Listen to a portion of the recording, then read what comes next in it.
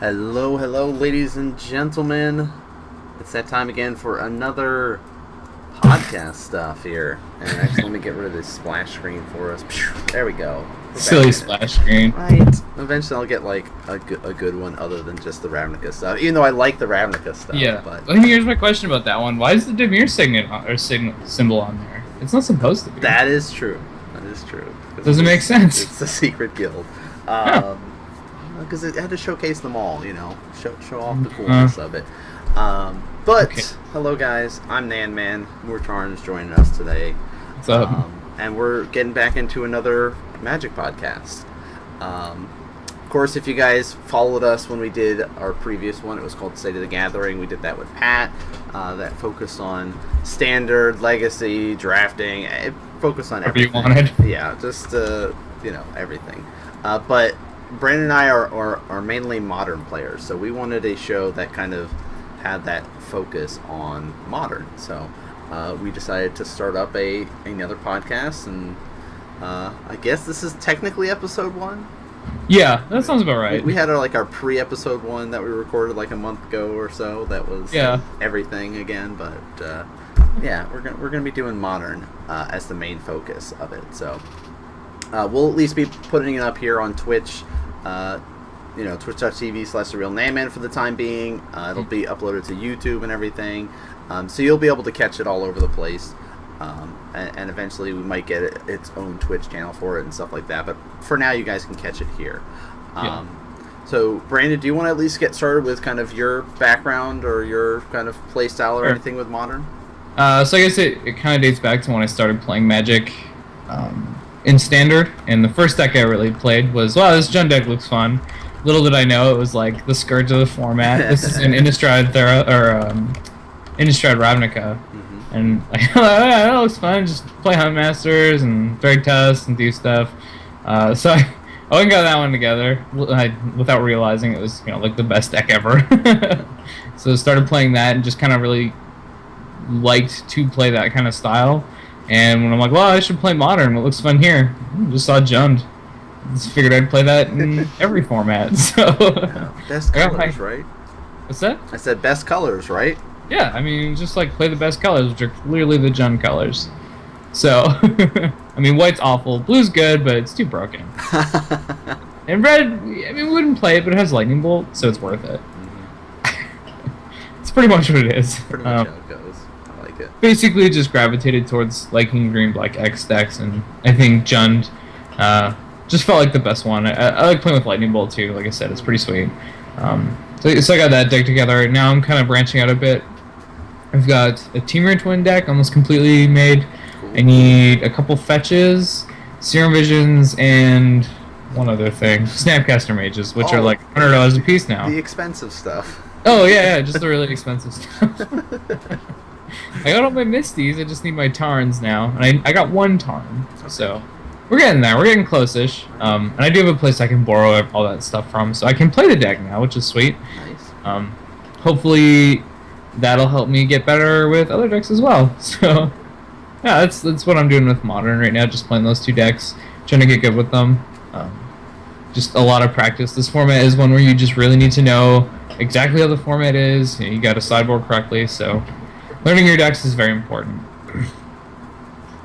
Cool. So I, of course, am Nan Man. I've been playing Magic for many, many years now. I guess I started out in 8th edition, but didn't really play competitively then.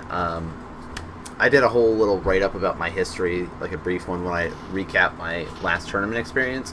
If anybody wanted to check that out, I won't go too much into it, other than I started up playing Modern in 2013 time period. It was kind of like right around that time period where Ravnica was rotating out, and Theros was rotating in, and I was not really enjoying Standard as much, and I liked Modern a lot more and was really trying to focus more on it. And I played I had an Infect deck when I used to play sort of kitchen table and was a jerk like that, so it made sense to try to go into that sort of style. Since then, I just kind of make all sorts of decks in Modern, and not so much of the cookie cutter top tier decks. More of like the fringe decks that I love to make. I guess Infect is kind of my closest cookie cutter deck that I've got there. But everything else, like I play Blue Green Tron, I play Black White Tokens, I have a Merfolk deck, I've got 8 Rack, I've got other decks that now I can't think of. But yeah, just sort of like the more out there for fun decks that I've been playing. But if I want to go for the competitive style, I play Infect as my go-to deck there. So. And I think Merfolk's getting pretty competitive now too, though. Yeah, the blue white Merfolk. Mine still is mono blue for it. One of our buddies that plays at our shop, he opted for the blue white one, and so I've been studying his build for it and have been debating about switching over and going for that style. But we'll see. I mean, we get a new Merfolk coming up in Origins, so maybe that'll be the time for me to revamp my deck. So cool. So we've got a couple things to talk about today, guys. A few general news type stuff that might apply to us in the future. A couple of stuff to talk about with drafting, because of course Modern Masters came out. Origins is about to come out, so we'll talk a little bit about some of the cards that might be seen in other formats. And then we'll kind of recap some of the most recent GPs, since there's been at least 3 modern GPs, and then talk about Season 4 for the GP season there. So we've got the changes to the Mulligan rule. Yeah. Which is a bit of a big deal. Some people have been a little bit more excited about it. Some people are nervous about it. Brandon, what's your take on the new rule? My question is this 90% good or 100% good? Like, I'm not sure. I think it's probably 100. I think this rule is just great. Okay. Like, if you're gonna take away from those just non-games in Magic, and you're doing so in a way that doesn't, really benefit anyone too much, if you're mulliganing, then this helps you a bit. Which, I mean, I don't think the win rate's gonna go to 50-50 because of this. It's probably gonna be something like 35-65 or whatever it is. Yeah. So it's still not good, but it just helps a little bit, which I really like.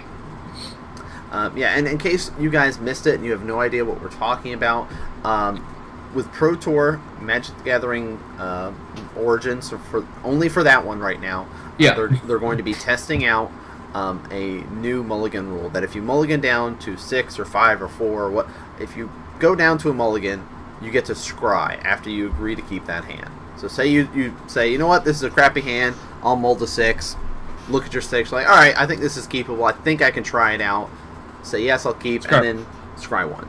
Yeah. So this happens after each player's declared mulligans, and they're keeping, and then it goes in turn order of who's the active players. So whoever's on the play is going to deal with this first. And it all makes sense. I would have maybe been a little wary of it if it's like you just mulligan each time. Yeah. Like after you scry once, you get to, or after you mulligan once, you get to scry, then decide. That'd be a little too good. Yeah, yeah. But I like this. I know there is a little bit of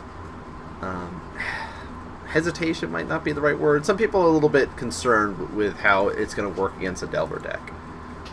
Sure. That kind of makes sense. But I think there was some posts up on the Magic Reddit subreddit recently about people discussing it. And like they broke it down that there's only a few things that really buff up this Delver deck, like if you mulligan, you're on the play, and the top card that you scry is not already an instant or sorcery kind of thing, and you pop it into an instant and sorcery kind of thing, and like there's just like really specific things that would really benefit you by it. But and it's like, what is the factor of you actually having a turn 1 Delver with just a straight up blue source and not having to fetch into a blue source? So these other things that you have to kind of factor in with it, which I thought was a good breakdown of it. But overall, I'm really interested to see how the rule is going to apply. I don't know if anybody else has started testing it out. Like, let's just try playing it out that way and see how it works. Yeah. I have not yet, but I might. have just for funds on Tuesday or something, in between actual tournament games, just playing a a game and trying out the mulligan rule, but we'll see. Yeah, I have tried it a bit. Like we did a cube draft yesterday. We did a barbecue plus cube draft, of course. It's not a barbecue without one. So, I was just like, yeah, why don't we try the new scry rule with my second round opponent? We agreed. I mulled and like, I don't know, we got the scry 1. It didn't feel super influential. Like I won the game, but I just topped the card, so it didn't even matter. Okay. Like, do I want to draw this dissolve? Yes. Yes, I do. Wow, early interaction. Thank you. So I don't think obviously it didn't even change anything in that game. It just made me know that I'm gonna draw a dissolve, but makes me a little more comfortable keeping 1-landers on 6. Yeah. Knowing that I can scry through at least one online card, which is it's really nice. 'Cause a lot of times you're gonna mull your 6-card hand because it's a 1-lander, and you're like, well, if this had one of the land, it's certainly keepable. I guess I have to mulligan though, because what if my top card isn't a land? Right. I'm just screwed. So, yeah, even if it just helps that, I think it's still a great change. I really hope they're going to keep it, like going forward. Yeah, I think we'll see how it goes, but it sounds like a lot of people are pretty happy with how it's going to be. Yeah. Just a few other things to note with the talking about the mulligan rule update. They also were talking about some coverage nuances, if you will. That if you are on video coverage, which, to be honest, most players out there are not going to be on video coverage, so it doesn't matter that much. If you want to have your graveyard on the other side of the field and your cards upside down, your lands facing your opponents and your creatures in the back, then that's all for you. But if you are on video coverage, you have to lay out your library and your graveyard and your creatures and your lands in a certain way. Yep. So just to help streamline it for viewers and just make it a little bit easier for people in general. So. It's like, my initial reaction to this was, oh my god, why? Like, what? Why is this necessary? I know I hate lands in front as much as anything else, but is this really a thing that they should be doing? And like wow, Wizards, why you do this? And then I just thought about it more. I'm like, well, like you said, it's hardly going to affect anyone. Yeah. And a viewer, like, this doesn't apply to me anymore because I kind of get what's going on, but someone new tunes into a game and they see Adrian Sullivan with his cards, like, just in these crazy formations. They're just going to be confused. Yeah. I don't know what they're doing. They're like, is this how you're supposed to play? Like, you're on the right side, you do this weird stuff, and if you're on the left side, you don't. I don't get it, and then they're going to not be interested, potentially because of that. So, I mean, I guess this is just another good change. Yeah, just a little weird nuance thing in regards to that I just wanted to kind of highlight there. The other thing that doesn't really matter too much is like the judges. They're going to be able to review footage and stuff, which is cool. Good job, guys. Yeah, I don't know if I really particularly like it or not. Like, it's going to make the feature matches take longer. Yeah. Which is already a problem. Like, everyone else is done around 10 minutes before the future match, if they go to time. Yeah. So, you're already waiting on them. Now you're going to be waiting like 20 minutes maybe, sometimes. Yeah, if there's something that needs to get looked up. Yeah. But, I don't know. This one I'm not sure about. Well, we'll see when all that stuff starts to really kick in and everything there. And that was just sort of the general stuff we wanted to highlight. Now we can go and talk Modern Masters, because that came out beginning of summer there. I'm sure you guys have had your chance to be able to do some drafting, maybe pull some awesome stuff, some cool money things, whatever. So that's what we're going to open it up to. Man. I don't have money things. I don't know what happened there. What's a money card? So I sadly have only gotten to draft Modern Masters one time. But like I said, I was talking to Brandon before the show, is that my buddy has a box sitting in the trunk of his car waiting for the time for all of us to get together and sit down and draft it again. But I had a blast being able to draft it, and I watched quite a few other drafts afterward. Just online? Yeah, just online and stuff like that. But I sadly only got to play once. I got lucky enough that at my table, all the artifact stuff was being passed to me pretty much. So I drafted a super sweet blue-white affinity deck. And my pack one, pick one was Elish Norn. And it just sort of kind of worked out well with all the other nice stuff that got passed to me. I got that angel that gives all of my artifact shroud and stuff passed to me. Just all sorts of good stuff there. Sadly, I got second in that draft, losing out to just essentially Gruul monster dragons, and it just beat my face in sort of style of play. Make face beat in. yeah. But I had a blast, and I'm a little bit bitter still because where I was positioned, my buddy that was drafting with me was like 3 or 4 seats down, so he's like opposite end of the table. And so like the affinity stuff would slowly start to work its way over there, and he was actually not doing the blue-white style. I think he was doing red-blue artifacts for him. Okay. And the 2 cranial platings that got open at the table, he got both of them. So it's really sad that I didn't get to see any in my deck because they never made it around the table for me. So it's harsh. But I had a blast getting to draft the format. I got to see some cool different decks get used. So I like seeing the different archetypes and everything getting used from what I've seen. But you've got to draft it a little bit more, so I'll let you kind of take over a little bit and tell some of your experiences. Sure. I think I've done like 10 drafts overall, like probably 6 or 7 paper, and then I've done 3 online, which you can actually go watch if you want. I'll be uploading the first one today, just after the podcast, so I'll give you my YouTube in the end if you want to check those out.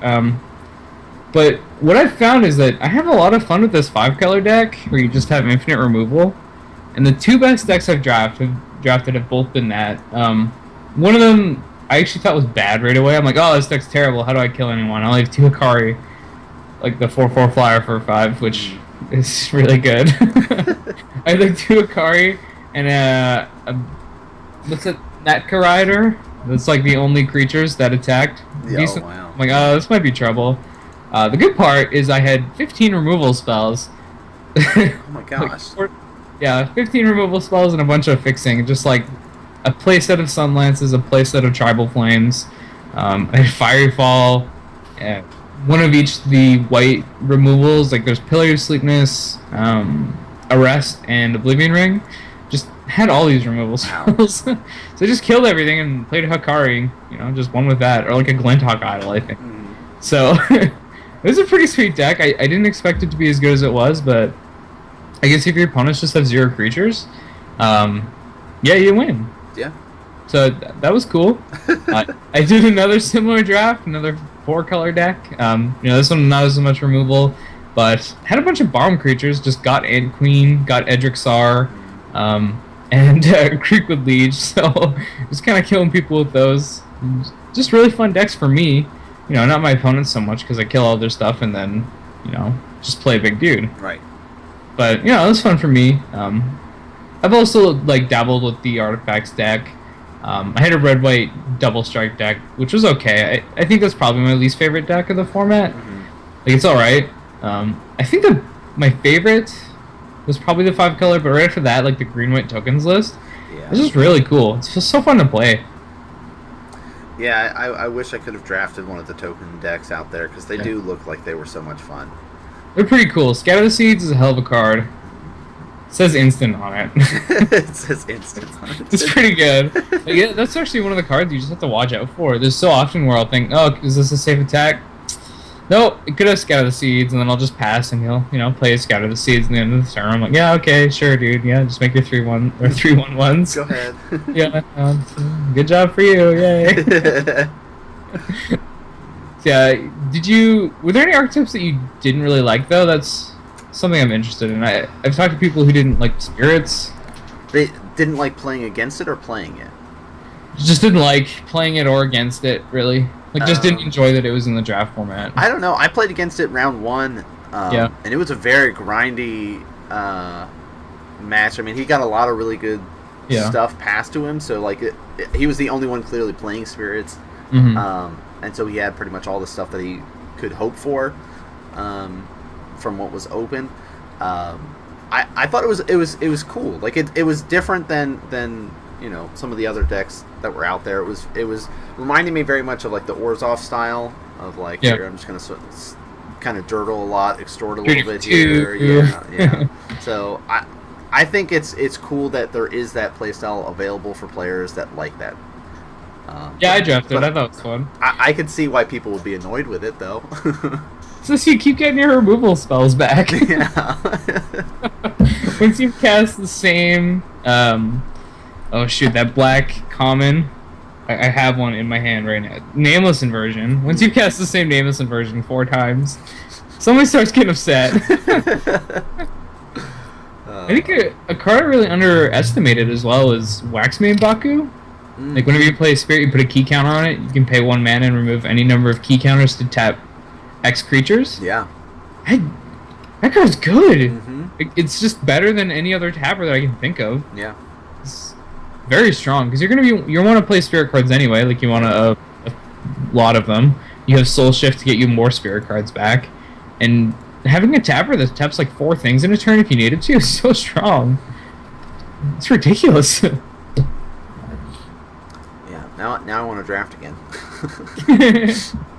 We'll do a draft. Yes, yeah. So it's definitely a fun format, and if for whatever reason you guys haven't had the opportunity to, just try one out. Like I think they're still doing Phantoms on Magic Online for it, even, right? Yeah, there's still should be I hope there's Phantoms still, because I need to make more videos for that. Yeah, I'm hoping there's still Phantom drafts. I think there are. I think I saw like Cheon playing Phantom drafts after the most recent update, which is when they would have taken it out. So okay, cool. I'm guessing it's still there. Yeah. So yeah, still chances for you guys to your local game shop might have a couple packs left over. I don't know. So you can still get some online as well. Like people bought boxes to sell, and not realizing just how big the print run was. So I think it's still fine. Like if you bought boxes and you want to save them, that's fine. Like you're not going to lose your money or anything. But they didn't spike like Modern Masters 1 did, which was a set that. It just went crazy, man. So such limited print run and such sweet cards. Cool. So that was kind of the draft style with it. So let's talk about some of the awesome stuff that we opened. Like, I was saying, like pack 1 pick 1 on my draft. I got Elish Norn, which is pretty good, which was sweet because I did not have one yet, and I just would like to have one for my collection. So that worked out well. I also opened. A co-select in that draft as well. Wow. But I just flipped that to the shop because I already have Emrakul, and so I'm like, I don't really care about having 2 Eldrazi's. I checked with cool commander. Yeah, that's true. That's true. I checked with my buddy who also kind of shares a card pool with me, and he was like, yeah, I don't really care about having it, and so I just kind of flipped it. Let's see. I got a foil Kiki. Ooh. So that's just sort of sitting there, waiting right now. Extra Bitter Blossom I got because I already have a play set, and I got another one, and so I just gave that to my buddy that he can use in his sideboard of his decks because he was playing Grixis Twin for a while. Okay. Interesting sideboard card for that deck. Just like a one of. Super grindy. Got an extra Noble, which I flipped that one. Yeah. Just a couple of decent stuff. I mean, I think I got a Tezzeret as well. But I think that was really it of like the stuff that I was really, really happy with that I got. Did you pick up a box then, or? Yeah. Okay. So my buddy and I split a box. So it was both like with the draft and the splitting of a box together. We got some good stuff. So this is a really good value draft. Yeah. Who passed all these cards to you? Just getting everything good. Yeah. I had a similar experience, except like more, I think. Yeah. I'd say this is about probably a box worth of cards. So first pack I opened, the very first one, draft 1, pack 1, pack 1. To the back, it looks a green mythic, and it has stars in its its power toughness. So I just like got the Slamatar Morgoth pack 1, pick 1. Oh. I was pretty happy about that one. Yeah. The order on the rest of these I don't really remember, but as I recall, in a draft I was passed a cryptic command, which is pretty sweet. What? This is the same draft I opened a foil Fulminator Mage, which I've dubbed the Foilminator Mage. Of course. Gosh. I think there's a second draft I did. I had Elishnorn into All Is Dust. Wow. That's for the draft. Wow. Yeah. That's pretty sweet.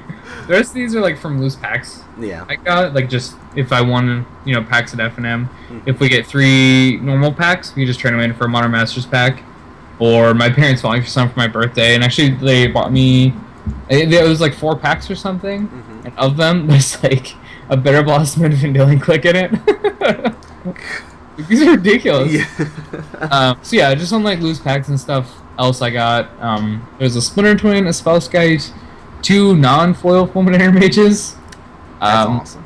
The Blinkmoth Nexus, a Noble Hierarch, a Leyline of Sanity, and that's everything. But I guess I went and looked it up. I hadn't realized how much this actually was. It's like $560.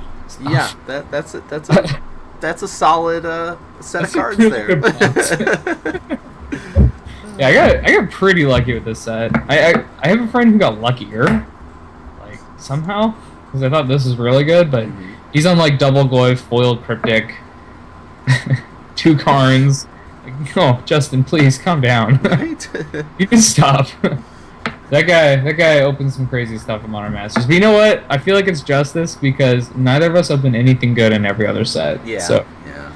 we decided to go hot for Modern Masters. I was pretty happy with it though. It just kind of goes to show if you were, to spend some money in the set, you could, get really paid off. But I've talked to other people who are like, yeah, I opened like a Spellskite. Yeah. That's it. Like, oh, sorry.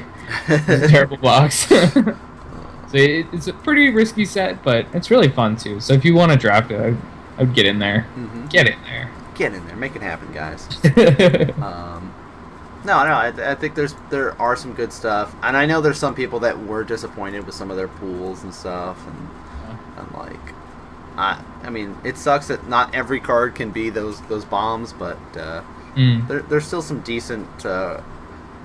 Rares in there that you can use for Commander and stuff like that, and have fun with. Sorry.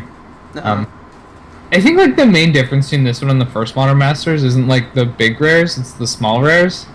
So like, there's no mid-tier rares, or hardly any. Yeah.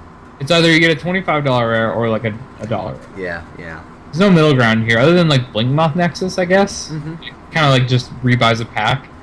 Value-wise, right? But everything else is like, oh look, I got an Ant Queen, woo! All or nothing, yeah. Yeah, hope for a reman in my uncommons. Or I got a Noble, $40. Like, right. There's no middle ground, which I think was like the downfall here. The first one felt like it was a little too much money in those packs because people just opened them and didn't draft them. Right. And this one feels like there was just not quite enough. I don't know. Well, maybe Modern Masters 3, they'll finally find that sweet spot. Yeah.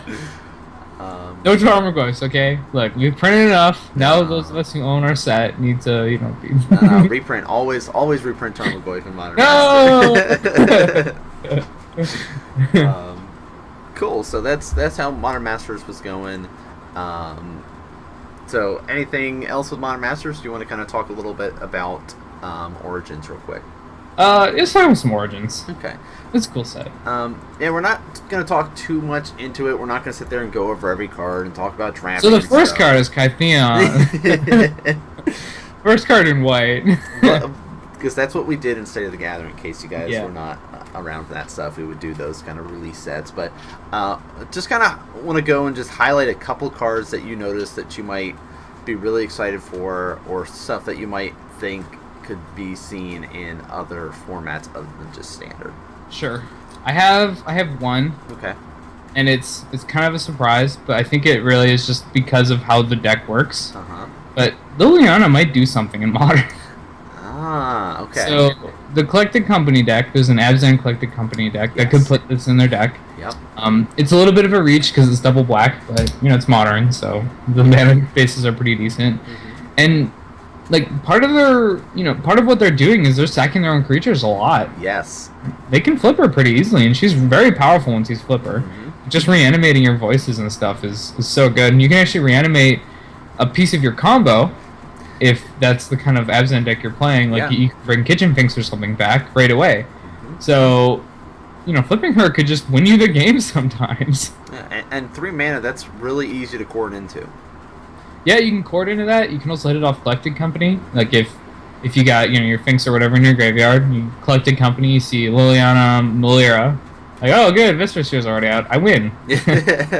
Cool. Success. Yeah, you can also bring out the Viscera Sphere, you can book up Melira, so it works for any piece of this combo. Yeah. Which just makes it feel like such an easy card, or not easy, but a card that they could certainly just slip in, like as a 2-of or something. So I actually think they might play this. I would love to see that happen. Yeah. I mean, Lily has always been kind of one of the stronger planeswalkers when she is the kind of lower cost style. Yeah. So this is going to be cool to see. And I guess we should probably say what Liliana does. oh yeah. All right. Yeah. Maybe they're not looking. Yeah. All right, so here it is. For 1 black, you get a 2/3 lifelink. Not great. Not even close to great. But whenever another non-token creature you control dies, exile Liliana, Heretical Healer, and return to the battlefield transformed under her owner's control. So actually, that's funny. If you steal this and then one of your creatures dies, then whoever you stole it from gets the Planeswalker. Really? Yeah, it's her owner's control. Yeah, Under owner's control. Huh? Wow. that's interesting. Yeah. So if you do, you put a 2/2 black zombie creature onto the battlefield, and then she's flipped, who is Liliana, Defiant Necromancer, 3 loyalty, is a +2. Just each player discards the cards, the same as Liliana the Veil. Mm-hmm. That's a +2. And here's the ability I'm actually caring about: is the -X. So return target non-legendary creature card with converted mana cost X or less from your graveyard to the battlefield. So I guess it doesn't work with Melira, because this has to be non-legendary. Just that. Oh, yeah. Yeah. Or Melira. Melira. Well, it's not as good as I thought, but I think it still might be good enough. Mm. Yeah, still pretty solid there. Yep. So I like that idea. I didn't think about that one. I mean, one that I think a lot of people have been talking about is the new blue card. Days Undoing. Yes. Yeah. Yes. What do you think here? Is this gonna happen? So my buddy and I have been talking about it, and we're ready to throw it in a burn deck and just watch people cry. Yeah, just see what happens. Yeah, so it costs 3 mana. Each player shuffles his or her hand and graveyard into his or her library, then draws 7 cards. If you do it during your turn ends. But being able to just burn people down and then reload it with all these new burn spells again for next turn sounds pretty sweet. Yep. But turn 3 when maybe you want to be doing something else might suck. But a lot of time you sit there and burst down, and then you might be sitting there waiting for those last couple burn spells to kill somebody off. So I think this will be a good way to help out. Yeah. The other deck that people have been discussing is Affinity. You sit there, dump your hand and everything, and if you can't kill them early on, well, guess what? I can reload my hand again. Do it again. So I think those are the 2 decks that we might see it in. I don't really see it being used in many other decks, but I could be surprised by it. Yeah. You never know what will happen when people get their hands on the cards and start testing them out. So I think that's going to be another one that people are going to see a lot of. Let's see. Well, in Days Undoing, actually, Frank Carson had an article about it. Mm-hmm. Like when he thought this would be good in Affinity, and he said you want it on the play versus decks like Jund. This is when he thought it was going to be really good, because they're not really able to take advantage of the cards by turn 2 for them. Mm-hmm. Like little Thoughtseize maybe, and then get a Tarmogoyf down or something, and then you flip their hand after you've already played everything. So you're up 5 cards, which is a lot. Mm-hmm. You want to be up 5 cards. That's the rule. In that kind of situation, you're not dying so quickly that them getting to take advantage of this first is a big deal. His thought, and I'm going with him because in my opinion, he's just the best affinity player. Yeah. As thought is you don't want this if you're on the draw, because then they're actually like Culligan's commanding you before you cast this and stuff, and you're just not winning that game. Like if they go even after 2 for winning you, that's really rough. So I kind of like that. I think it's like a sweet sideboard card for this deck. And then you win game 1, you don't bring it in for game 2, but game 3 you bring it in, and you just have this huge advantage. Or if you lose the first game, you can bring it in for game 2, and try to get in that way. I think it's kind of cool. I don't know if I want to devote a sideboard card or a sideboard slot just for that though. Yeah, it's pretty narrow. So I don't know. It's a cool card though. I think it could do some stuff. Let's see. Any other blue stuff that you saw? I actually, Talent of the Telepath I think is a cool idea. Okay. But I don't really see, 4 mana is expensive for it. Yeah. So for those that aren't familiar with the card, I'll throw that up again. If this were like an instant, maybe. I'm just thinking like the card this seems like it would replace is probably Jace, like Handsome Jace, and I just don't see anything better. Handsome Jace, of course, being the 4 mana one from Ravnica. I was just use like Baby Jace, Little Jace, Handsome Jace, Broken Jace. People usually get it, but yeah. But I like the idea of the card. I don't know if it's a cool card. See much of it. The other card that I feel like we are going to be seeing though is this new green card. Costs X and a green. Do you know which one I'm talking about? This is the one that the Bloom players like. Yes. Awakening. You got it. There it is. Free lands, guys. Yeah, this. Reveal the top X cards in your library, and you get to put all land cards from among those onto the battlefield tapped. And the rest bottom of your library in random order. And Spell Mastery. If there are 2 or more instant or sorcery cards in your graveyard, untap those lands. Yeah, if you have Spell Mastery, it has your Amulet of Vigor for you. Yep. If not, you have to do it yourself. So I think this card might actually be really good. Yeah. I just don't want it to be. I'm already at the point where I think the format would be better without Amulet Bloom.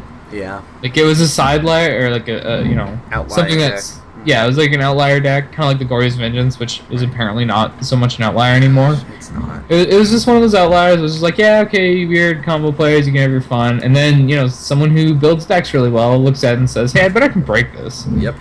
And then they make it too good. Now we might have to ban it. These degenerate combos are not what Modern is supposed to be about. Like, Infect you can interact with. You just can't interact with these decks. How do you interact with someone's land drop? Yeah. It's really difficult. You can't stop that from happening. Can't even like stifle amulet triggers or something. I don't know. This one's tough. I think it's a cool card though. Like it's gonna be sweet in Commander, obviously, because everything else. Oh yeah. Yeah. Origin's gonna have some good stuff like that. Yeah, there's a lot of cool cards. Evolutionary Leap is pretty sweet too. This could actually be a thing. It's not Survival of the Fittest, don't worry.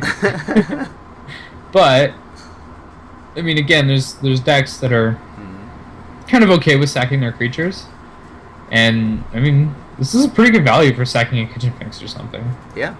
Just go find a different creature. Like, random creature from my deck in my hand. Cool. All right. Did you see the white instant spell? The Hallowed Moonlight? Yeah, I'm looking at it right now. It's pretty good. I don't know if it's gonna make it to Modern, but there's a chance. Like, there are decks that just try to cheat those creatures in, and it kind of wrecks them. Well, I mean, we look at our we were talking about the Collective Company deck. Sure. Yeah. Oh yeah, I forgot. There's this Collective Company too. Collective Company. Yeah, I draw a card and you don't get any of your creatures. Sorry, They're that does actually not exiled work. instead. They're exiled. You wanted that combo piece? Nope. Sorry, you don't get that.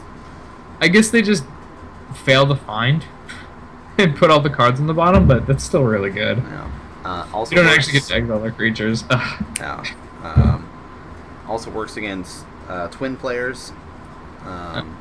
In the battlefield, yeah. Because Oh, yeah. any tokens that you generate or copies of creatures, sorry, does not work, and I get to draw a card off it. Yeah. All right, this is a card. Yeah. So This could be a thing. mhm. Huh. I hadn't thought about Twin, but yeah, this just hits a lot of stuff. Hits the Vengeance deck. Hits like you said, Twin and Company. What else? Just any deck that's trying to go Gifts Ungiven into Umbrella Rights. Just Yeah. gets them as well. Yeah. Huh. Yeah, this is sweet. All right. Start getting your copies, your Yeah, foils. Living End as well. Yeah, wow, it's just Rice Living End. So- They just lose. So yeah, this is what you guys need to get. Pick this up. This will be a card. Okay. Huh. We figured it out now. Yeah, this could be a card. I'm gonna get some of these. I don't play white, but hopefully they turn them all away.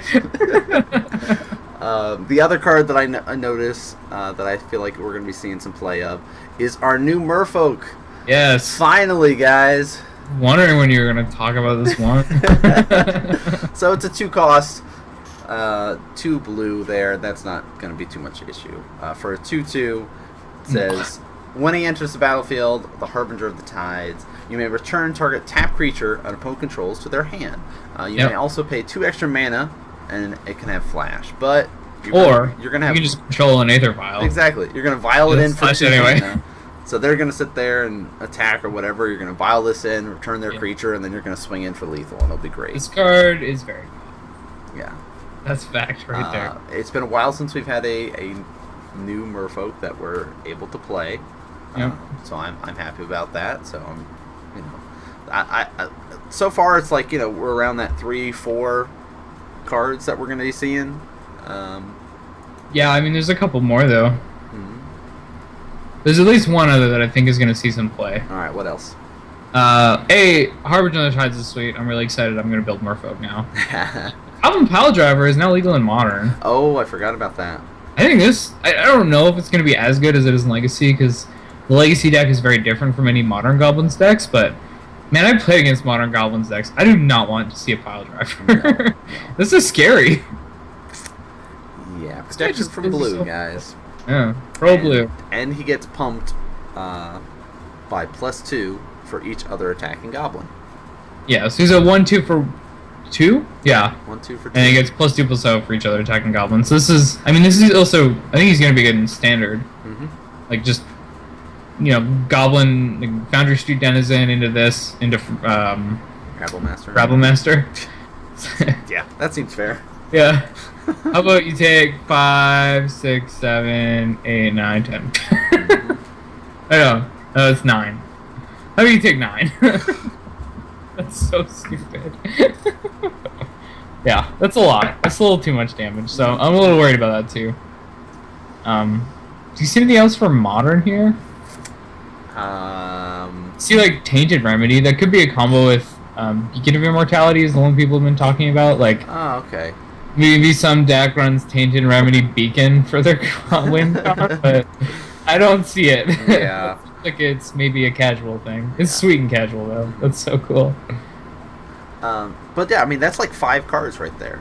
Yeah, it's a lot. Yeah. This is a lot for a core set. And well, even too with some of our recent sets, like we're getting like maybe 2 or 3 from each new set that actually are going to be getting used in decks and stuff. Yeah. This feels more like Konzatark here. Yeah. Which was just so full. Yeah, this is so full of Modern staples now. Yes. And the entire fetchland cycle, like, whoa. So good. I guess maybe I don't know, I guess we have I was gonna say Artificer's Epiphany, but the one where you just discard an artifact instead is still legal. I think that's better. So I can't remember what it's called. But that's a good mix of cards. Origins is going to be coming out soon, guys. Pre-release is next weekend. So keep your eyes open for some cool stuff. Go play some Tita Giant. You know you want to. Yeah, make it happen. But that was it with the Origin stuff. Did want to give a rundown of some of the GPs that has happened recently. Since we've had at least 3 modern GPs over the last... Actually, I have one more. Oh, he's got one more. Yeah, I got one more. All Sorry. Right. All right. Hit me. Sword of the Animist. This is okay. Do you know what this one does? No, I missed this one.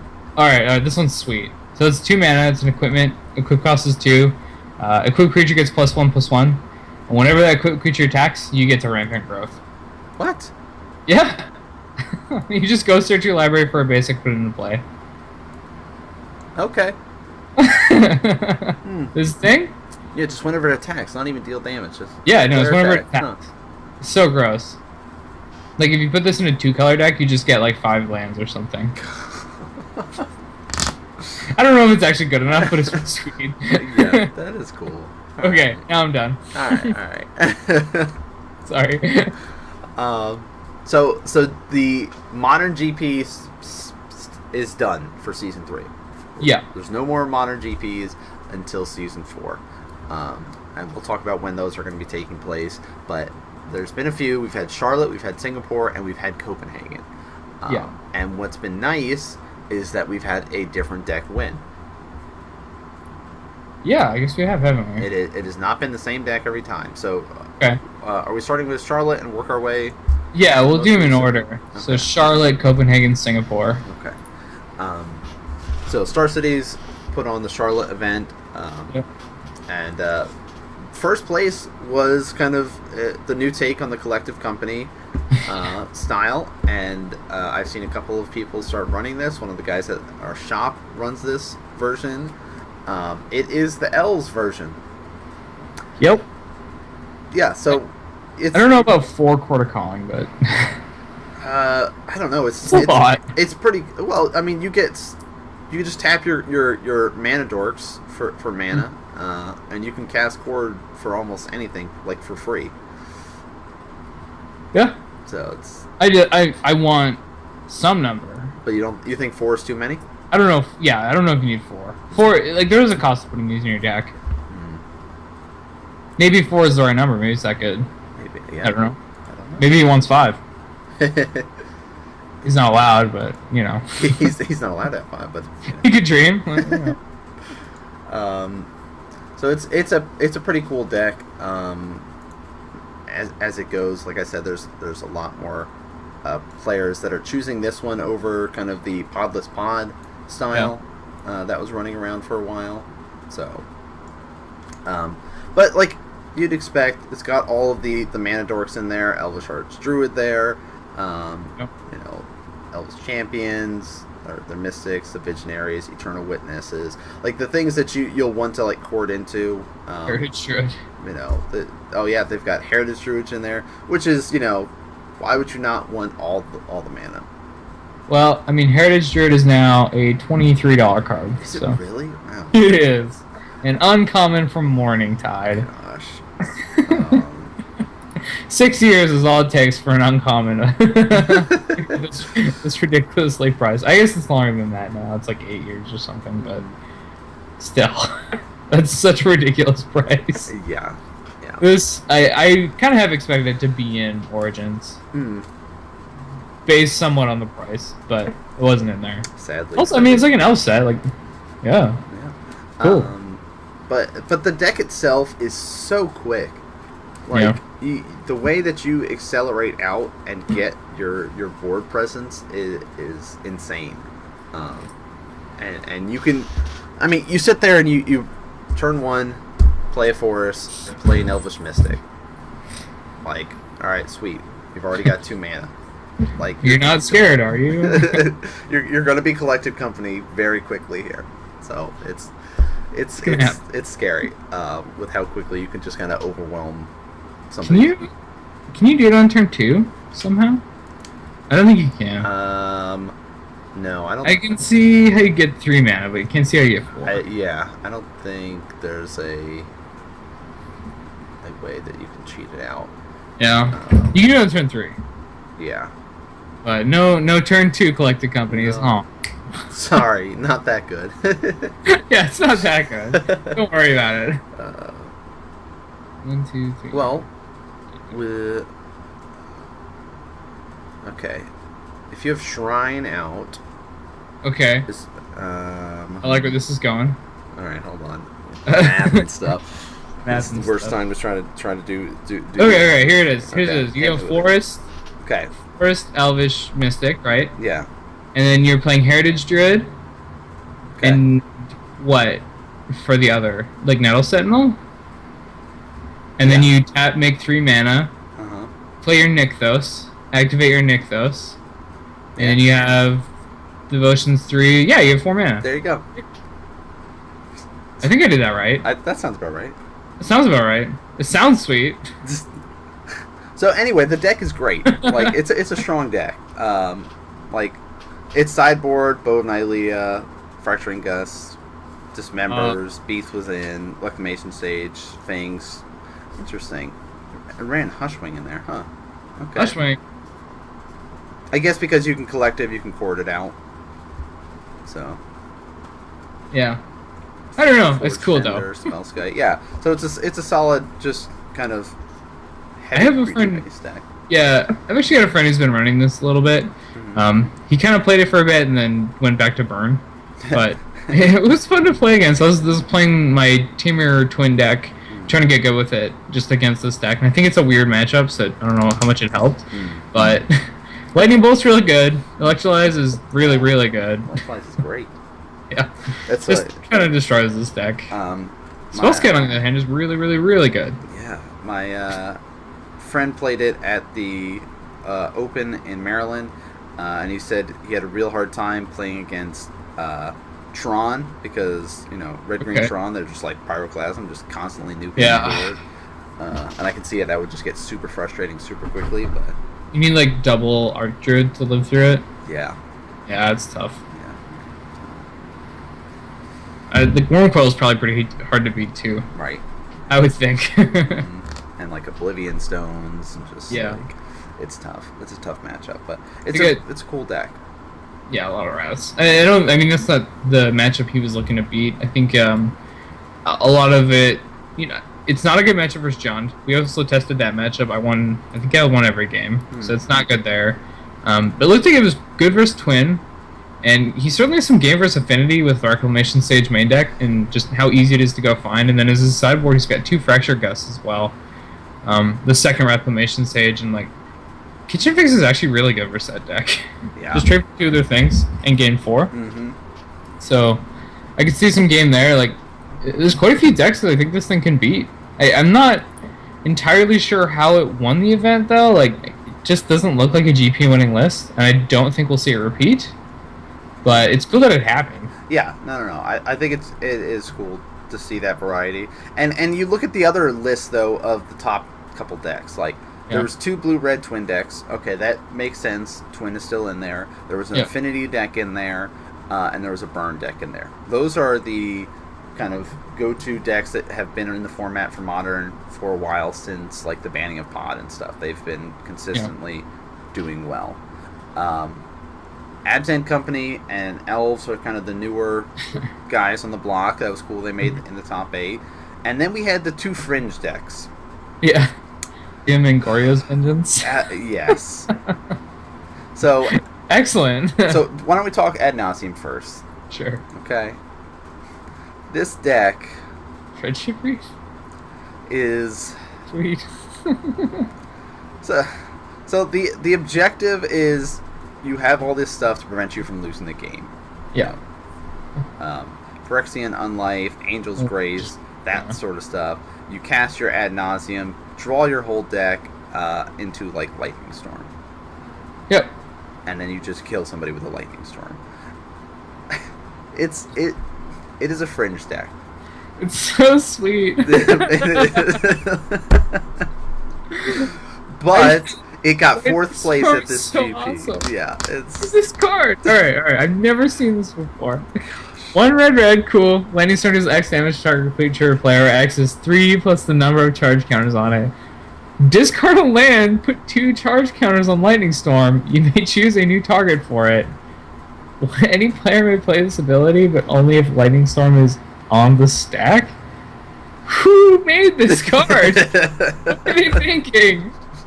How drunk do you have to be? Like, let's have an instant with charge counters. Go.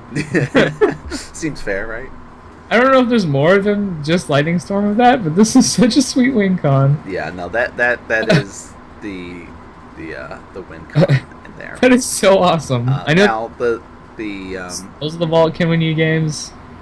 the sideboard does have Laboratory Maniac though. Yeah. So you sit there, be able to get Laboratory Maniac, and all right, here's ad nauseum. I'm gonna draw my whole deck. I win. Yay! Yay! Look at that, guys. It was cool. It did fun things. This deck's awesome. Other has one Laboratory Maniac. Well, I guess you're just gonna drag a whole deck anyway, right? Yeah. That only works with the Phyrexian Unlife kill, though. Right. Huh. Okay. This deck's awesome, man. Or Leilani Sanctity just to be a bad person. Mm-hmm. Man, he's playing Darkness? Nice. Wow. Black Fog? The Black Fog. Okay. Yeah. Man, this guy's a Charm hero. as well. Darian Elderfield. Well done, sir. Well done. Yeah. So, Fringe deck, making it in there, ad nauseum. So in case you guys want to troll some people and have some fun playing a game of Magic with yourself, this is the deck to use. Yeah, only you. It's one person plays this game. Yeah. The 3 negation, make sure. I really don't want to go to my next turn. Let's just win now. Yeah, so that is one of the Fringe decks that made top 4. Huh? Good on them there. The other one, this deck has been seeing a rise like no other deck lately. Yeah. This is true. Now, I've played it previously at other events before, the GP Charlotte, and now it's kind of everywhere. So I at least was familiar with the deck. I knew what the objective was. I've had a match against it as well. It's an awful matchup for John. You don't want to hit this one. They just kill you on turn 2, and there's nothing you can do about it. Yeah, I died on turn 3. My turn 2, his turn 3 in the Open. Or at the Invitational qualifier there over the weekend. Okay. And the objective is to use cards like Faithless Looting, Tormenting Boys, things like this, to throw away Grizzlebrand, to throw away your Worldspire Worm, throw away your Enraged Cyclops over here, and keep them into play. It needs to be Grizzlebrand or Bobo. Yes. Generally, Grizzlebrand to start, and then Bobo later. Mm-hmm.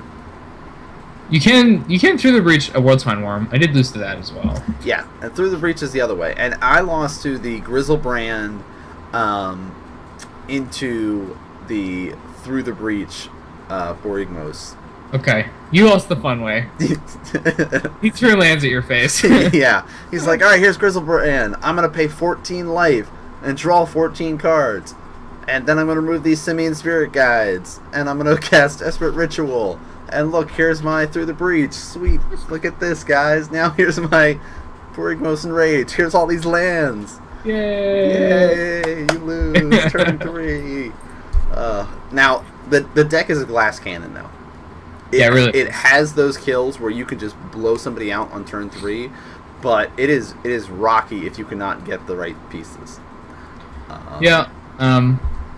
I will say, like, another part of this deck is through Nourishing Shoal, you can draw more cards, so you don't always get all the cards you need off 14 cards. So you get to exile Nourishing Shoal plus Worldspine Worm to gain, was it like 11 life? 11 life. It's mana cost? Yeah, mana cost. So you just gain 11 life, and then you get to do it again. So you 2 for 1 yourself, but then you get to draw 7 cards, and then, by then, hopefully you have your Borborygmos Enrage plus some way to get it into play, and then you get 3 lands at them then. This deck's pretty cool. I would recommend that if you want to play it, you do it soon. It is another one of the decks I think Wizards kind of has their eye on for maybe banning something out of, just because it is a deck that breaks the rules of Modern, and now it does it somewhat consistently, apparently. Yeah, interestingly enough. I don't know what changed, though. Well, I think it's... A lot of people are not as familiar with the deck. Sure.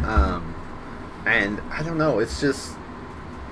The deck looks very similar to what I faced before. Mm-hmm. So I don't know what is.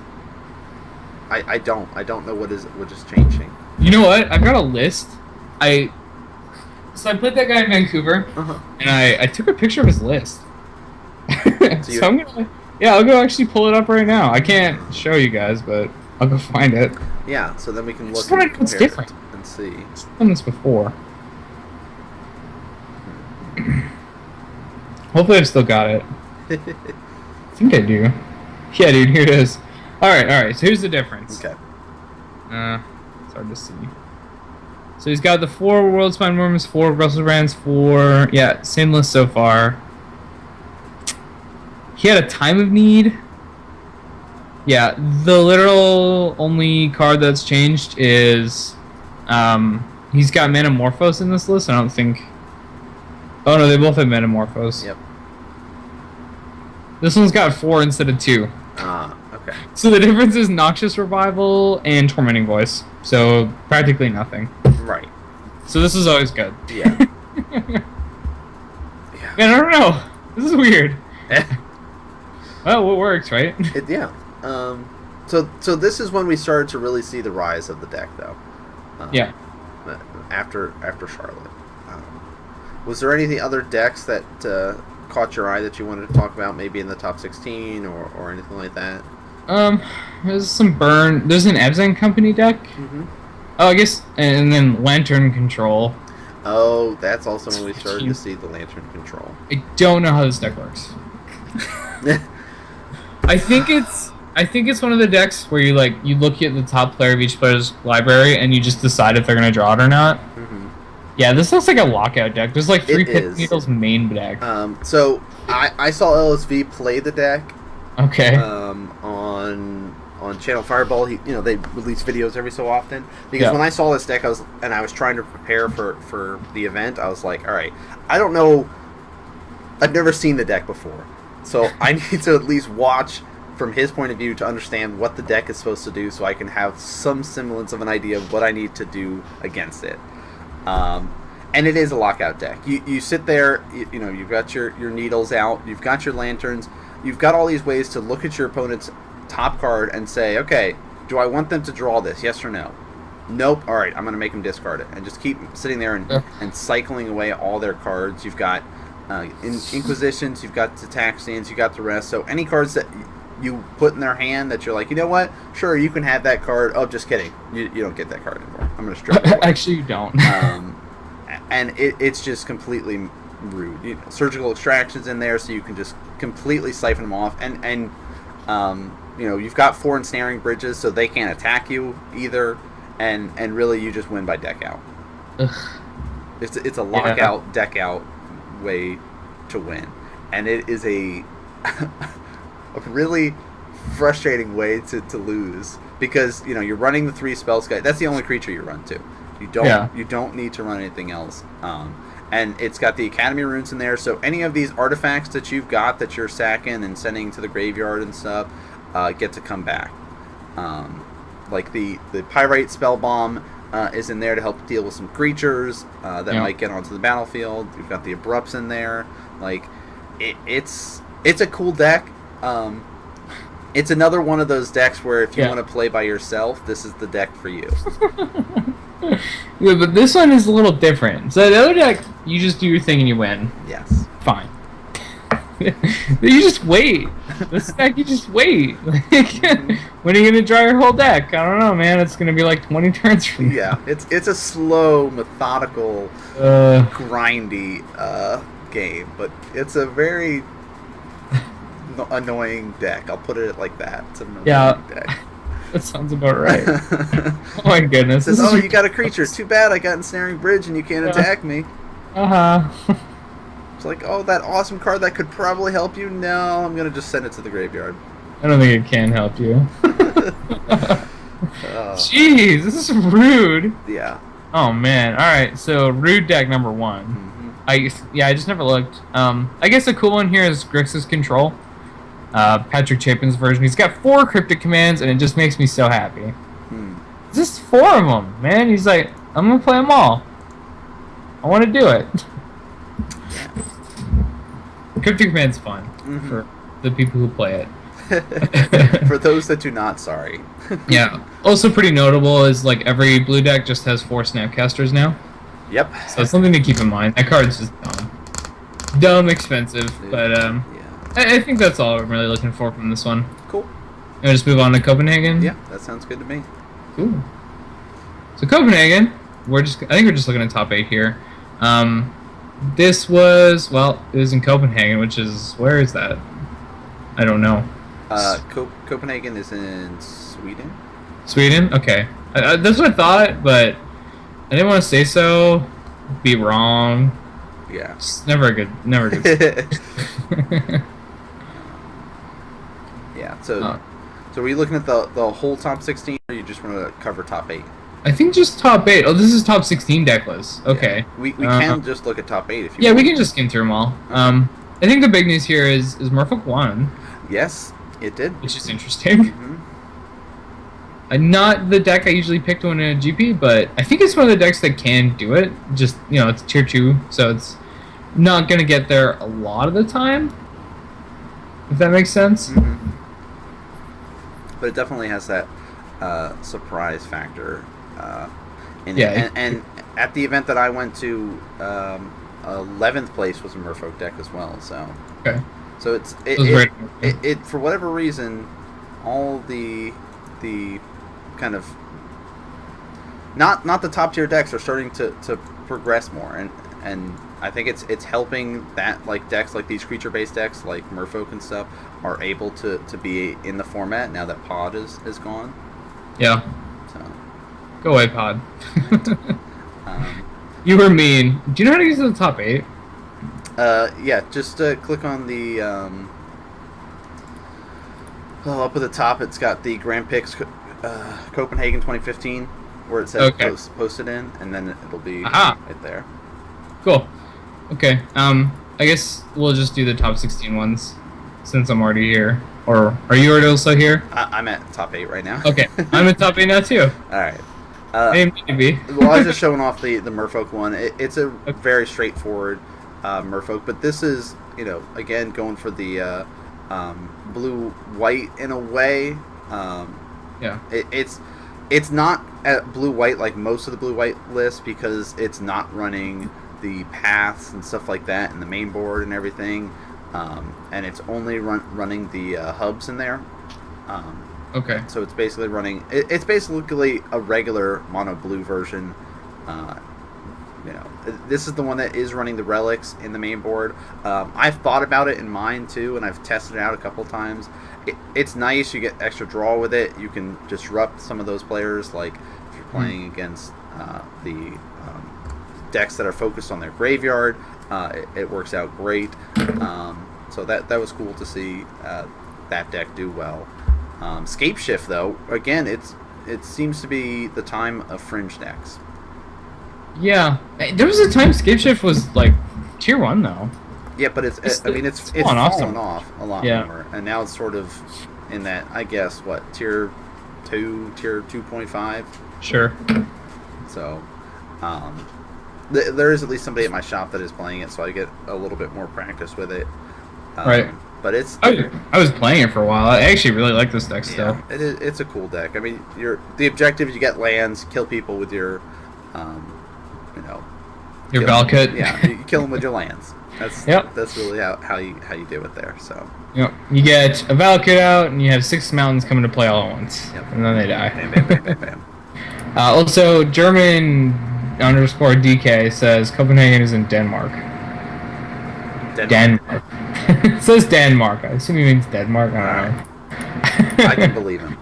I'll believe him. You know what? The last part of his name clearly means Donkey Kong, so he's a trustworthy fellow. Exactly. Hey, how could he lie to us? So did you see the next list, the Jund list there? And how does that list compare to yours? I'm looking at it now. So he's got 2 Tassiger, 2 Finks main deck. I don't have either of those. I have 1 Tassiger. Okay.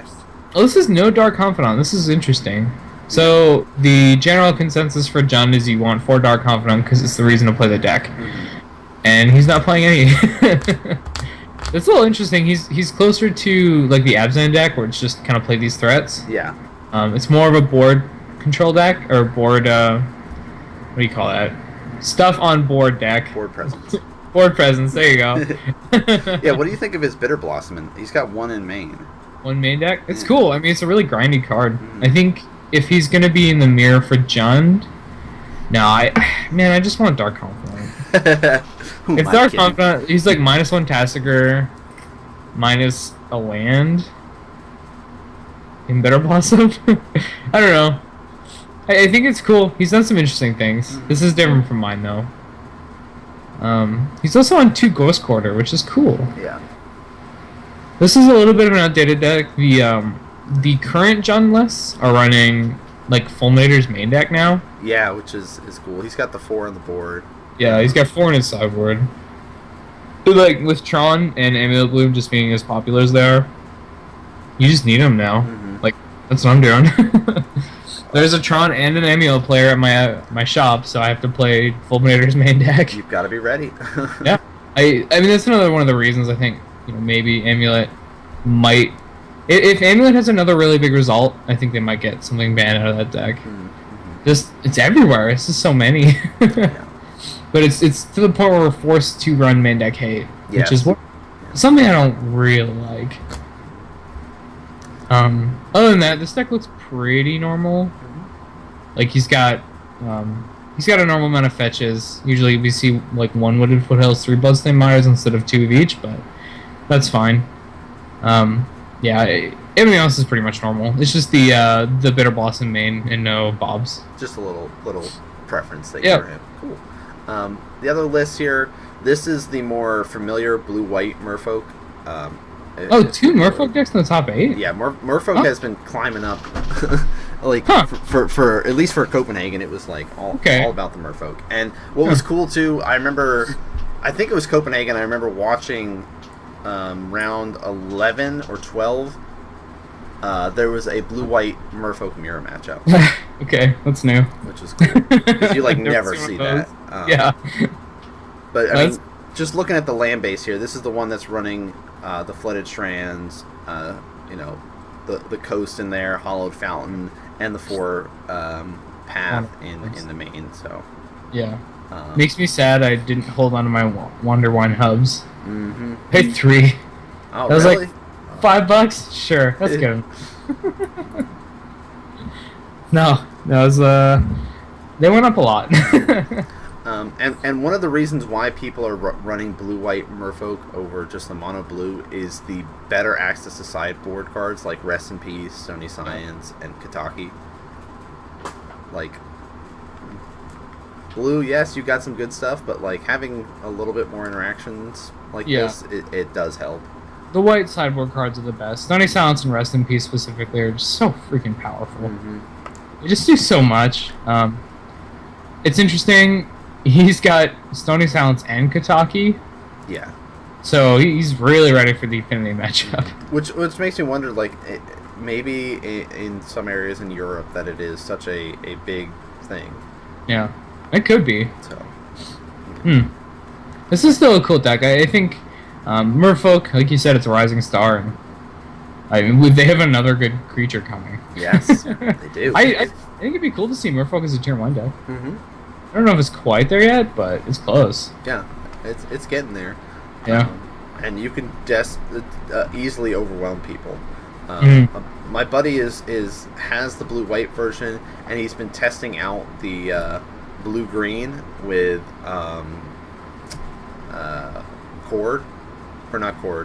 Collective Company. Okay, just Company Merfolk. Yeah, so you sit there, you swing in to attack, and then, alright, before damage, activate. Alright, here's 2 more Lords for extra damage. Gross. And then he also runs Simic Charm in there to give all the stuff hexproof, to bounce something, to give it +3/+3. So, that's a cool deck. I haven't heard of that one before, but Collective Company seems really good. Yeah, so that's something we're testing around, and everything. I mean, it's not as protective as, say, the blue-white, because you don't have access to pass, you don't have extra removal, and it's a little bit more rocky, a little bit more all-in with blue-green. style. It's just more explosive though. Yeah, it's just cool things you can do with it. Just everybody wants to play a collecting company. Right? It's so expensive now. I was debating about picking some up when they were like 15, and now they're like $40 or something. What? I think they shot up real. Again? Oh man. Yeah. I need to look now because I was trying to get some. Some of the other decks, like this is Grixis Twin, or I'm sorry, Grixis Control. It's another straightforward. Here's some removal. Here's some, counter spells. Only 3 cryptic commands. Yeah, only 3 now in this one. It's not as good. And then of course in our top 8 we have to have a twin deck. Obviously. As you would expect. Yeah. It is the Grixis Twin though. So yeah, I think it command Inquisitions. They're just kind of all feel the same at this point. The Grixis decks, like, they're just kind of splashing black for Tassigir. Yeah. This one isn't playing any Tassigurs. Yeah, I thought that was weird with that twin, but yeah, he's playing Kolgan's Command 1 and 2 Inquisitions. And that's, I mean, he's got the Tassigurs in the board, like 2 in the board, but I don't know. To each their own. He's also got Go for the Throat and everything. Another Kolgan's Command in the board, but I don't know. Just wants to be like, hey, look, I'm twinning out. Look, it's. I'm Grixis too. Look at me. I'm Mr. Meeseeks. And then we've got Grixis Delver. Okay, yeah, this is a cool deck. That's what my buddy just switched back over to playing. To Delver? Delver, because he was playing it before Tassigir was out, back when you could draw all the cards for free. Yeah, but it was a little too good then. Yeah, then they banned it, and now he likes this version a lot because he was playing Twin for a while, and then Grixis Twin, and now he's back to this deck. So back to Delver. Back to the Delvers. Yeah. Yeah, I like that in the Delver deck you don't have to run Deceiver, Exarch, and Pestermite, well, which are bad creatures. I'll be honest. He is playing super spicy sideboard with his Grixis Delver with Twin in the board. No! So game 2, he's like, hey, guess what? Surprise! I just beat you with Twin. I'm actually a Twin deck! Yeah. No. How did you do it? Alright, that's pretty funny. Yeah, just for the lulz. Just for the lulz. I just want to see the look on someone's face if they get twinned out. Yeah. But I thought you were Delver. You thought wrong. I was like, I am Delver. And he just walked away. Alright, so have you seen the Death and Taxes in Modern? I have. A friend of mine runs this deck. Okay. Well, there's something similar anyway. Alright. I have yet to play against this. Okay. I didn't realize that it made top 8. Yeah. And my buddy who plays the Delver now played against it at the event in Baltimore. Okay. And that's when he was playing Collective Company. It is unfriendly. It is. It is. Especially towards a Collective Company deck. Yeah. It is not fun to play against. Yeah, even Mind Sensor is annoying in there. You can beat people down with the golems. Like, you've got the Flicker Wisp in there. It's scary. Yeah, he doesn't seem to have it here, but I'm going to warn everyone about an interaction with this deck and your fetch lands. So, we all know Leonin Arbiter works. You got to pay 2 to fetch. If you crack fetch and you pay 2 and they flicker their Arbiter with Restoration Angel or something, you have to pay 2 again. Wow. So watch out, okay? Because you be could careful. Just be wasting your fetches. Yeah, you might just not have a land, and all he did was put a 3/4 on to the battlefield. So his clock goes up and is better, and you don't get your land. Oh, gosh. Watch out for that. Yeah. Just letting everybody know. Yeah, it's a good deck. Yeah. You can overwhelm people pretty quickly, and you've got some nice interactions. Even your sideboard, because you've got the best color for boards, is all these white spells are in there. So it's cool. It's a cool deck, and I wouldn't mind seeing a little bit more of it. I love this like we can have a bunch of different creature decks right now. Yeah. So The thing is about a lot of these creature decks is they have to be able to compete with the combo. I think we'd have a better format if we didn't have to worry so much about these combo decks. what, I'm really just advocating for some bannings here. that's what it sounds like. That is what it sounds. You can either ban some stuff or unban my Bloodbraid Elf, please. Oh no, keep that going. Look, no, Jace, he can come off the ban list too. What do you want off the ban list, Simon? I'm happy with how things are right now. Yeah, you want all these combo decks? For the time being, I'm okay with it because they haven't been getting first all the time. Yeah. There's still, I feel like as the format is sitting with such a diversity, like we're seeing fringe decks like, Death and Taxes and Modern make a top 8. Yeah. Like we're seeing these very strange decks make it in there where we wouldn't normally be seeing it. So for right now, until it becomes too much with all the bloom and all of the vengeance all the time, I'm okay with how it's sitting right now. I think maybe I'm just sick of it from grinding PTQs and playing against these decks all the time. Yeah. I just don't want to do it anymore. I just don't want to. Don't make me do it again. So I guess that's it for Copenhagen then. We can go on to, what's last in Singapore? Yep, Singapore. I'm happy about a result in Singapore. There's one that made me happy. Okay. What do you think it is? Well, let me pull up the top 8 list then. Yeah, the top 8. Okay. What are you happy about? Let me see. Probably our top 4 because 2 out of the top 4 were Jun. I don't know what you mean. Specifically. Dude, top 8 in 1. I'm happy. He did. He got 4th place. He did well. Good job. He did. Yeah, this is very similar to my Jun list. Okay. Almost card for card. let me pull up Reed's list real quick for everybody to take. Well, I mean, we can start normally. All right. And do Affinity decks first. All right. I just said it. Redo. Good job, Redo. You made good top job, 4. Done good. You done good. So our first and second place guys were Affinity. Oh my gosh. And they're the really straightforward, in your face Affinity. The 4 Galv Blast in the main, just straight up creature wise.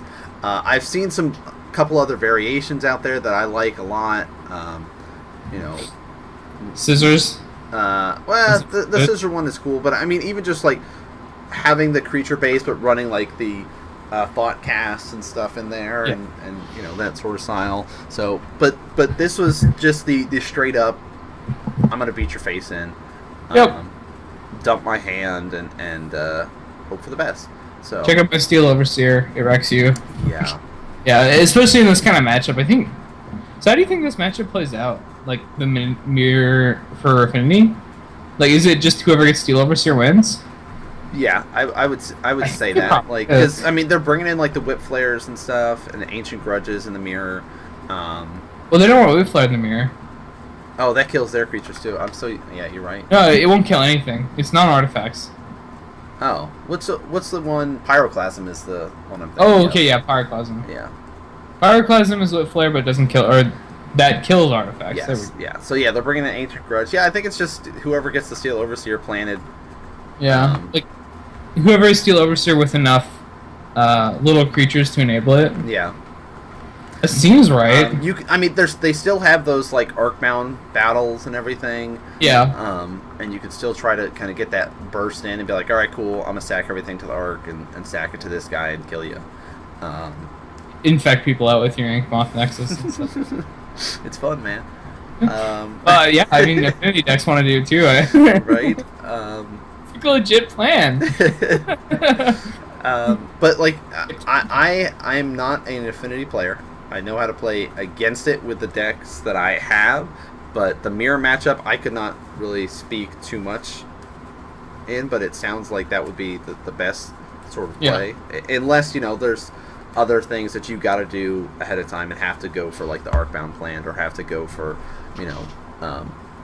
some sort of just cranial plating to the face style. But I know this is super off topic, but can we have some organization in these deck lists? like at all. Well, yeah. I Like guess it is. 5 mana or Something. I don't know, alphabetical. Just It's kind of just random. Yeah, it is. Now the second place list though, we're starting to see a little bit more of this in some affinity lists. Is dispatch. Yeah. I I don't know why it's taking this long. I don't know. Like It's good, right? it's a decent card. You're paying one white to essentially exile a creature. Or worst case, for whatever reason, you're paying one white to tap a creature. I think you're losing if that's happening. Yeah. But I don't know. So this is the list that is running the master in the main board. Yeah, it's got one master with you. Yeah, in there, and it's got that little bit of extra kind of interaction with dispatch, while the other one is more burst and kill you. You can just sit there and here's a Galv Blast for 4 at the face to take you out. While this one doesn't run any Galv Blast. So I could see how the other one's positioned better for the mirror. Yeah. I'm not really sure here. I've seen dispatch. I've seen it be very good. Yes. Like I lost a Thundermaw Hellkite to it once. Mm. I was sad. This was just like an online match, but yeah. I mean, I think dispatch is good. I don't know. I've got a friend who's playing Affinity. He's not running it, so maybe I'm not correct. But I just look at dispatch and think, yeah, this should be at least like 1 or 2 of. Yeah. I for whatever reason, like I don't necessarily feel that if I was playing Affinity, I don't think I would want dispatch though.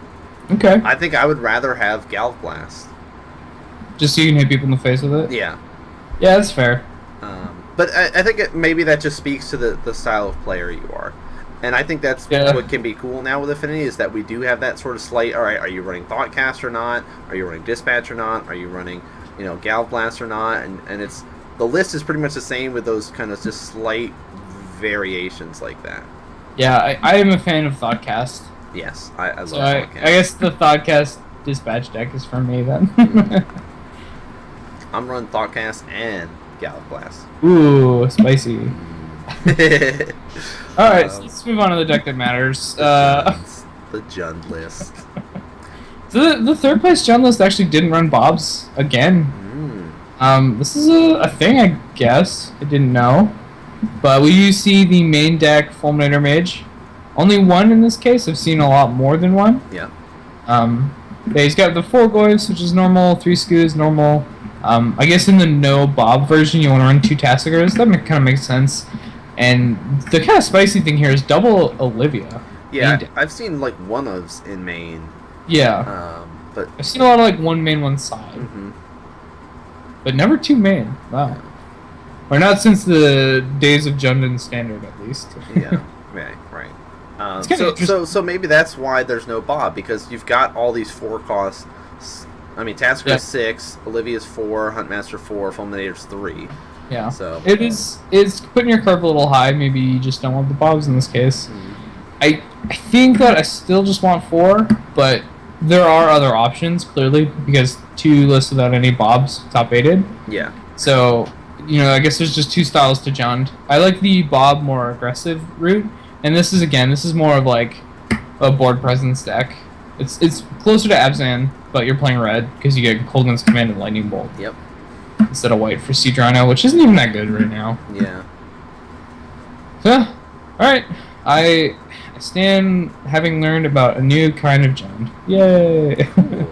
So let's talk Reed's list, which is a little bit different than our third place. So Reed is closer to the list I like, where it's a little more aggressive. Mm-hmm. So he's got the 4 Bobs, which I just like the best turn 2 play ever. Yeah. He's got 4 Inquisition, 2 Thoughtseize. It's pretty normal right now. Double Maelstrom Pulse is for Tassigars mainly. Like, you just can't kill 4 or 5s, or it's very difficult unless you have a Terminate. Yeah. And then, first instance, we got 4 Bolts, which is completely normal. 2 Decays and 2 Terminates. Generally, look at Decay and Terminate as like a playset of its own. Like, if you want 3 Terminates, you can only want to run Decay. Okay. So he's going 2/2, and then 2 Kolaghan's commands, which is the normal number right now. Yeah. This is closer to his stock list. The only kind of weird, or I shouldn't say weird, but the only spicy thing here is the Chandra. I like it. Yeah, I think Chandra's good. Like I've played her in Jund before and been very happy. This is more like I thought she was going to be good for Sling Ring Souls, which was why I was playing her then, and didn't end up being as great for Sling Ring Souls as I thought because she just died. Yeah. But was still pretty good at just getting you a lot of card advantage in the right matchups. Just that zero ability is really strong. Now, what do you think of his board? The Thoughtseize, Ancient Grudges, and Duress makes sense, but keeping his Hunt Masters in the board instead of in the main. And there's 3 Kitchen Finks in the board as well. And Grim Lobster are in there. Yeah, he's really... he's kind of pre-boarded a bit for, like... no, actually, he hasn't done anything like that. Okay. So he's got his 1 Fulminator sideboard, which is a lot less than most right now. So he's kind of giving up on the Tron / Bloom matchups, but it gives him an advantage in other places. He's got 2 Hunt Masters, 3 Finks, and the Duress for Burn. So I think that's actually a pretty decent Burn matchup post board. A lot of decks are running these life gain cards main like Hunt Masters, but they're kind of slow and dirtily in some matchups. Yeah. So he just doesn't want them there in the main deck, which makes sense. And having 5 of these post boards give you a really good chance game 2. Like you're probably going to win game 2 for sure. And then game 3 is a toss-up. So I think it's like a still fine way to go. He's probably never going to be Burn main deck, though. Yeah. Which, it happens. Yeah. There are matchups like that, and you can't sacrifice too much of what you've got in your main to try to deal with one matchup, so. Right. Yeah, pretty much. You don't want to have your deck become some degenerate thing that just beats one thing. Yeah. If I want to beat Bloom Titan, I can do it. I'm not winning any other matchups. All right, so Abzan. Oh, really? Mm-hmm. But why? Well, I mean, it's... but why? When you could run red, why would you want to run white? Well, check out this awesome Angel. Angel? Sigarda? Mm-hmm. Okay, that's kind of spicy. Little spice in there. But again, like the Siege Rhinos, it's... runs the Lingering Souls. It also runs Wrath in main board, which is kind of cool. Oh yeah, so this is pretty controlly. 2 Wraths. Only 2 Lingering Souls. Right now, I think the reason we're on white in these decks is for Lingering Souls. That's what I would say, but... Yeah. Like, just the metagame right now really wants Lingering Souls. And, like, Citrano, he's not even that good right now. He was good in a time where, we were playing versus Delver, and we needed to actually have a way to kill them. That was a threat they just could never answer. And Citrano was perfect, but we don't need that anymore. I mean, now everybody's playing Tassiger. Yeah, you just play Tassiger. Like, everybody is.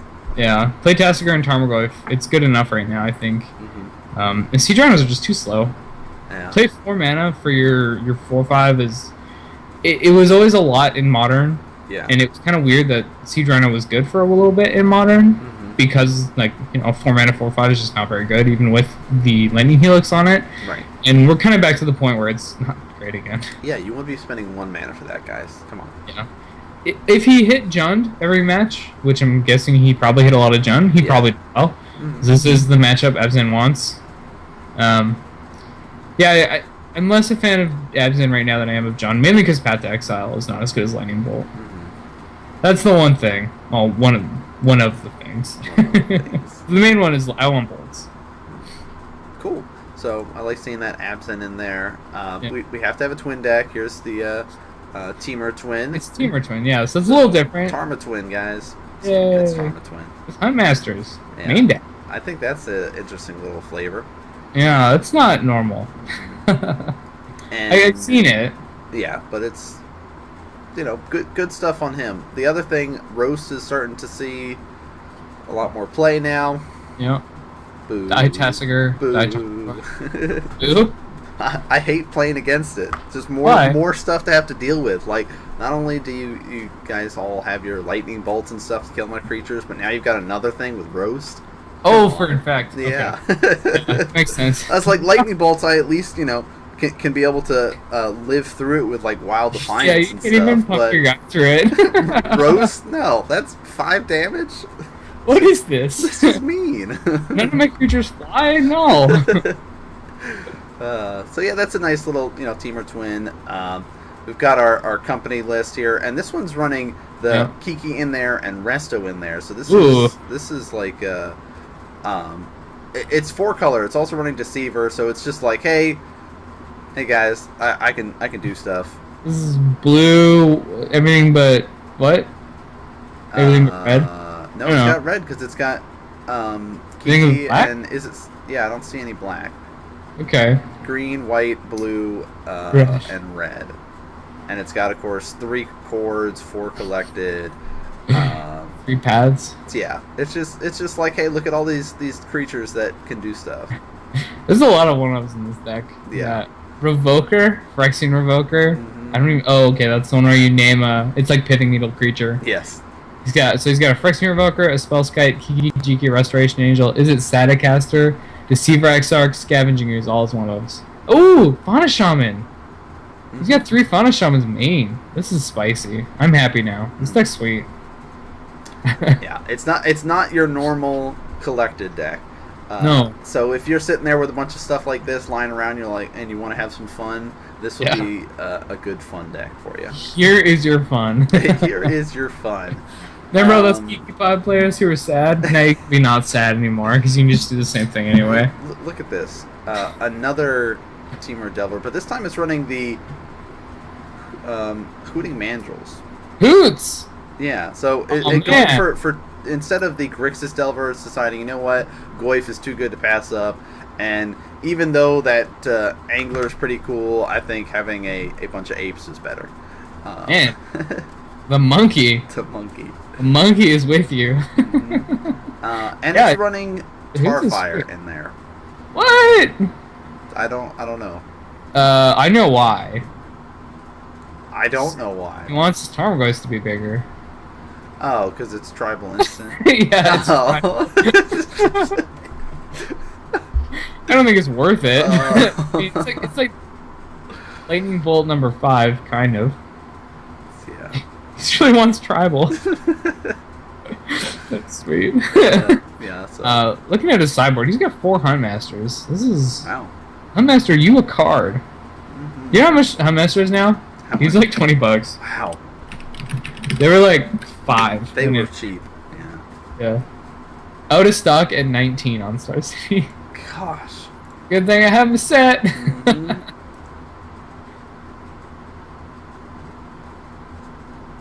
Anyway. So also got Rending Volley, which is sweet. I like Rending Volley.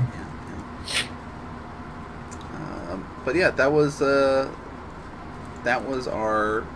list. Yeah. Of cards and decks and stuff. So a good variety. We didn't see the same deck winning every event. No. Which was cool. Which is nice. The other thing is we've got that was it for season 3 for the modern GPs. Yeah. Season 4 is coming up. And the next modern event is September. So we've got a couple months. Yeah. A couple months to prepare for. It's going to be Oklahoma City in Oklahoma there. And it's September 12th through the 13th for all you guys. The question here, Naman, is are you going to fly across the country to go to this? Probably not. That's too bad because I might actually be there. That would be really cool. See, the biggest thing is my fiance's birthday is September 10th. So there would be no way that I would be able to leave her birthday weekend. So you'd have to leave on the 11th, which is, what, Friday? Yeah, that's Friday. Yeah, alright. That's fair. So, once again, thwarted. So what's our next event then? We've got one in October after that. Yep, we have October 31st. Mm-hmm. So it's Halloween, right? Yes. So Halloween and November 1st we have Porto Alegre, Brazil. I'm gonna go ahead and assume that was correctly pronounced.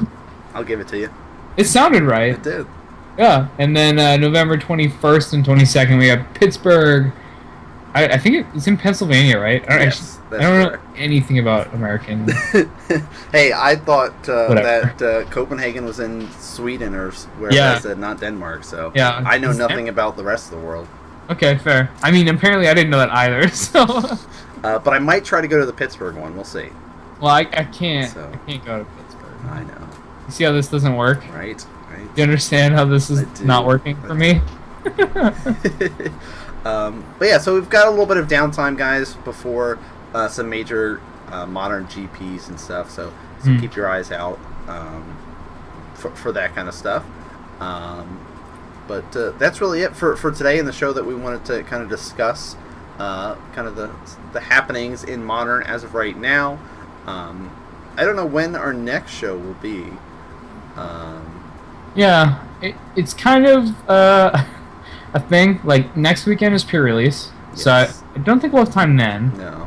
Unless you want to do, like, Sunday evening, but I don't. Yeah. So there won't be one next week because it will be the pre-release, and a lot of people will be focused on that. Yeah. We could do it the week after. I will be out of town that week. We could do it the week after So that. maybe the end of July we will be having another show for you guys. Cool. Yeah, one of the issues we have is not the freest of schedules during the school year specifically. So shows will be, whenever we have time, and I feel like the main way we're gonna have, try to get people to listen would be either on YouTube or some kind of permanent viewing site, whatever you want to call it, like podcasting or something. Right. As opposed to watching live, which is cool though. We definitely do want people to watch live. That'd be awesome. Yeah. I think that's pretty much all we got for today, though, isn't it? Yeah, I think so. So why don't we go do some shout-outs and stuff, and then call it a night. Yeah, so I am Brandon /Muataran on Twitter. It's just at MUATARAN. I think it's up here somewhere. It is. It's below your face. Sweet. It's right below my picture of the beautiful Lawless Troll eating a piece of meat. So Lawless Troll's excited if you follow me. And it is a great way just to figure out what's going on. Also, I do upload YouTube videos. I try to do it every Thursday. I've been slacking lately. I need to get better about it. But I actually have some Modern Masters, so that should be good times. Nice. Good stuff. So I'm Nanman, or the real Nanman, as you'll see below. If you guys like this stuff, please hit the follow button here on the Twitch channel, because you'll know when we go live for any other content that we do. And we'll be having at least in response to podcasts hosted up here for our live shows. Yes. We'll put up the VOD of the show as well on YouTube, youtube.com/Nanman for now, and some other places as well for you guys to enjoy. I've been doing some more modern events and everything, and I'm actually going to hopefully start doing some coverage at my shop soon. My buddy and I are working out the details with it, and then we're also going to start doing extra videos like point of view drafting, both of cube and regular drafting and stuff, and just more Magic related content is going to start coming out in the future. So make sure you guys are hitting the follow on my Twitter as well to know what sort of projects and stuff that I'm working on right now. But that's going to do it for us here tonight, guys. Thanks so much for checking us out for our first episode of In Response To. Please feel free to leave us comments about any feedback or thoughts you might have on the show. We would greatly appreciate it. But that's going to be it for us, guys. We'll see you guys next time. All right, peace.